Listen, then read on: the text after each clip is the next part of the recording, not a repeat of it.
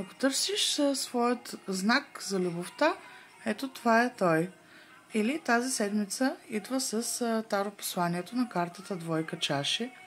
Една много романтична карта, много емоционална карта.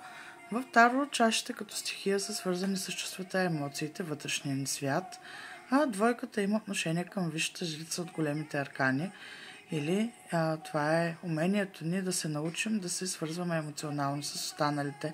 Тази седмица е под наслов партньорство в личен, в делови план и моментите, в които има баланс между даването и получаването, подкрепата между нас и другите, но за да създадем една хубава здравословна връзка с останалите, без значение дали е лична или любовна или работна, първо ние самите трябва да сме изцелени, мили приятели.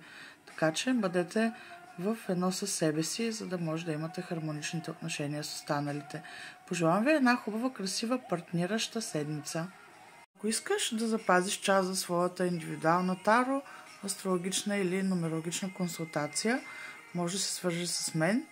Аз съм Ема и съм консултант по кармична еволюционна астрология и нумерология с повече от 10 години практика в сферата като консултант.